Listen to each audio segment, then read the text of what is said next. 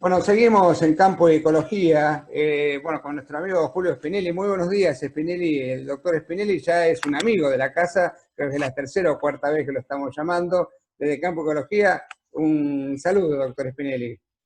Muy buenos días, Gerardo, muy buenos días a tu audiencia.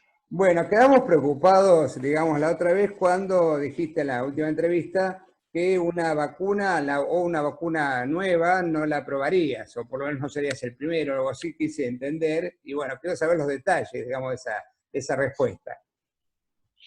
Bueno, te cuento un poco. Normalmente el proceso para desarrollar una vacuna nueva tarda 10 años. ¿Por qué tarda 10 años? Bueno, porque cada estudio, cada fase clínica de estudio toma un montón de tiempo. Por ejemplo, la primera fase, que es la fase de seguridad, la fase 1, puede tomar un año. La fase 2 puede tomar 2 o 3 años. La fase 3, otros 3, 4 años, y así siguiendo, hasta que uno está totalmente seguro de que la vacuna funciona. Y hay gente que es más valiente que yo pertenezco al lado de los cobardes en este sentido, y prefiero estar un poco más seguro antes de largarme a probar una vacuna nueva, porque ¿qué pasa? Con el COVID, el nivel de desesperación, de miedo que tenemos como sociedad es tan grande, nos está afectando tanto que estamos acelerando todos los tiempos a valores que nunca se han hecho. Por ejemplo, se está completando la fase 1, que normalmente toma un año o más, en un mes, o menos. Se está completando la fase 2 y se la está uniendo con la fase 3. Fase 1 son los primeros estudios de seguridad, donde tomás muy poca gente, joven, sana, y te fijas si produce un efecto muy alevoso negativo. Fase 2 tomás un poco más de gente, puede ser en el orden de 100 personas, o algunos cientos de personas, y le aplicás la vacuna sobre esas personas. Y después viene la fase 3, que ya es de eficacia, también siempre se mantiene seguridad, pero además le agregas eficacia, donde tratás de ver si la vacuna realmente es eficaz para prevenir el contagio con el virus, o si no previene el contagio, si por lo menos previene las consecuencias que produciría el virus si no tuviera la vacuna. Después Ahora, viene la fase 4, la fase sí, 4 es aprobación regulatoria. claro, ya eso sería 3, 4 años, como decís vos, en forma normal.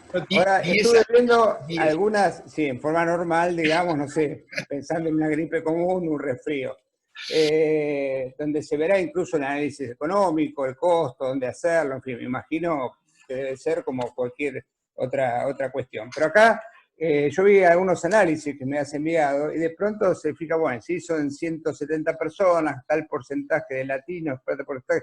¿Qué quiere decir? Que también hay una influencia genética, es decir, la vacuna puede funcionar en cierta gente y cierta gente no. En un momento hablamos que de pronto la raza negra tiene menos vitamina D o menos porcentaje. ¿Eso tiene una influencia o es simplemente una cuestión científica de anotar todo lo que se hace? ¿Tiene relación, digamos, la cuestión genética o racial? Mira, en ciencia es muy simple.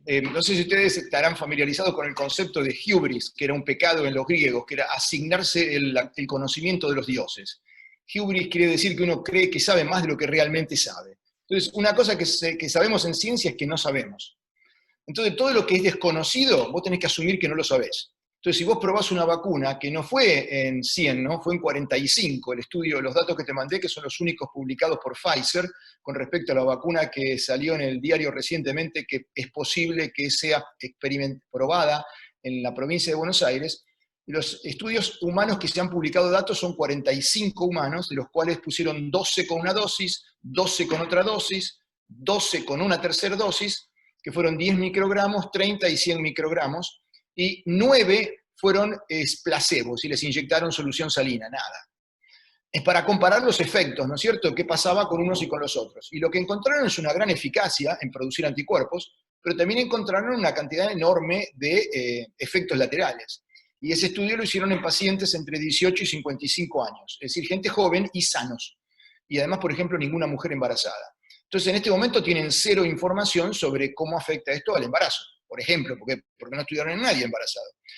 ¿Quiere decir esto que va a afectar mal a una mujer que está embarazada? No, de ninguna forma, pero tampoco podemos decir, sabemos que no lo va a afectar mal. ¿Me entendés la diferencia? Porque la realidad es, no lo sabemos. Entonces, todo lo que no probamos tenemos que asumir que no lo sabemos. Si asumiéramos lo opuesto, sería hubris, lo que dije al principio, arrogarnos el conocimiento de los dioses, que sabemos que no lo tenemos. ¿Sí? El sistema, el cuerpo humano es tan complicado, pero tan complicado que es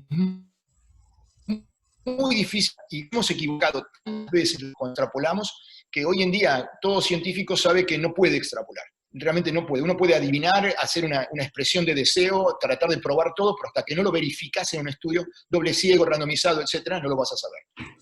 Ahora, una preguntita, porque, a ver, yo he hecho ensayos a campo, salvando la distancia, si uno trata de anotar todo, no importa si a mí me sirve, pero por no lo dejo anotado, para el día de mañana, a lo mejor pasa 20 años, 30 años, alguien que va a ver eso, sabe si llovió o no llovió, qué temperatura hizo, en fin, todos aquellos aspectos a lo mejor a mí no me interesan o no sé interpretarlos, pero el día de mañana alguien que pueda agarrar 3, 4, 5 ensayos de esos, puede reunirlos o con algún tipo de otro elemento, o un otro programa lo puede hacer. En este caso, ¿se tiene certeza o también se anota lo que come cada gente, el estado, digamos, de salud de cada persona? Porque ahí veo la edad nada más, son latinos, no son latinos, son negros o son, digamos, porque también debe tener importancia, digamos, la fortaleza de cada uno de esos cuerpos, ¿no? Por supuesto, eso es una cosa que me preocupó a mí cuando vi los resultados, el número de efectos adversos que hay y el hecho de que eran todos jóvenes y sanos. Sé que tienen otro estudio en fase 2 con pacientes mayores de 65 años, pero no están los resultados, yo no los he encontrado. No sé si están en algún lado, pero que yo sepa, no están. Así que, en mi opinión, hasta que no estén disponibles esos resultados, es un poco temprano para pensar en un estudio de fase 3. Se puede pensar en ese estudio, pero no iniciarlo. Primero tenemos que saber cómo afecta esto a las personas que están más débiles, porque sí definitivamente sabemos de que cuantas más enfermedades tenés, además de la vacuna, o más débil está tu organismo en general, comorbidades, comorbidity se dice en inglés, comorbilidades creo que sería en español. Cuantas más tenés, mayor es tu riesgo, ¿no es cierto? No es lo mismo una persona que desarrolla fatiga, como desarrolló un porcentaje bastante alto de los que fueron estudiados con esta vacuna. Si esa persona es una persona de 19, 20 años sana, que es un corredor de maratones, que si la persona es una persona de 90 años, que ya tiene un problema pulmonar por cualquier otra razón, ¿no es cierto? Obviamente, el efecto que a uno no le hizo nada, al otro le puede causar la muerte. Entonces, hasta que no haya un poco más de datos, yo estoy escéptico de pasar a fase 3, pero me imagino que todos los médicos que están controlando y que van a controlar todo esto van a tener en consideración cuáles son los datos exactos y se van a asegurar de que antes que se inicie una fase 3 ya hay suficientes datos de la fase 2 como para estar seguros de que no hay problemas significativos, ¿no es cierto? Es decir, nuestro afán de llegar a tener la vacuna no tiene que hacernos saltar obstáculos que están ahí por una razón. Bien, la última preguntita mía es, bueno, cuando siempre se habla del efecto, digamos, de esta enfermedad, de esta epidemia, que siempre las clases más humildes, digamos, en los barrios más pobres, en las villas, etcétera, digamos, es peor, digamos, el efecto. ¿Eso se debe, digamos, a que vive más gente en menos metros cuadrados y la falta de una buena nutrición? O mejor dicho, ¿cuál de los dos efectos es más importante para que la enfermedad presione más, digamos, en estos ciudadanos? Bueno, ahí sin quererlo mezclaste dos cosas, la proximidad y el comportamiento sociológico, que lo hablamos un poco el otro día, de cómo se comporta la sociedad versus estímulos, ¿no es cierto? Porque la estimulás a la sociedad y se va a comportar de una cierta forma, dependiendo de la característica sociológica de esa sociedad. Entonces lo que vos podés decir es, bueno, en la sociología que tiene una villa, cómo se comporta esa villa o esa zona vulnerable, vos lo que podés encontrar es que se comporta de tal forma que se van a contagiar más. Y eso es bastante fácil de determinar, de acuerdo a, una vez que uno entiende cuáles son los comportamientos, vas a decir, bueno, va a haber más contagios. Una vez que las personas están contagiadas, ¿sí?, tienen la enfermedad, lo otro que vos mezclaste en la pregunta fue, bueno, ¿cuál es la probabilidad de que tengan consecuencias severas por la enfermedad? Y ahí van a jugar muchos factores, ahí van a jugar factores, hay que estar cuidándose a uno mismo, no consumiendo drogas, no consumiendo alcohol, teniendo cuidado en qué se come y qué no se come. Hay mucha gente hoy que dice, incluyendo el número 1 del mundo, Djokovic, ¿no? Y muchos otros, un argentino que ahora no me acuerdo el nombre, que tenía como 40 y pico de años y hizo que el equipo de básquet argentino saliera segundo en el campeonato mundial. Seguía una dieta muy especial, donde casi no comen muy poco. Entonces no es cantidad de comida, no es que uno tiene más plata y come más, y otro tiene menos plata y come menos. No. Hay gente que son de los mejores físicos del mundo, que se están manteniendo jóvenes, de viejos, comiendo muy poco, pero muy poco. Entonces no es cantidad, es calidad de comida y cómo se come. No es lo mismo comer en forma totalmente estresada, cuando uno va manejando o en un micro, que sentarte y relajarte y decir, bueno, este es el momento que voy a comer. Hay muchísimas características alrededor de cómo uno se alimenta. Además, es muy importante la exposición al sol y la adquisición de vitamina D. La vitamina D es fundamental en el sistema inmunológico. Cuando falta la vitamina D, con una deficiencia de vitamina D, es sabido que el sistema inmunológico tiene defectos, actúa peor, ¿no es cierto? No tiene la potencia o la capacidad que tiene un sistema inmunológico cuando la vitamina D es normal.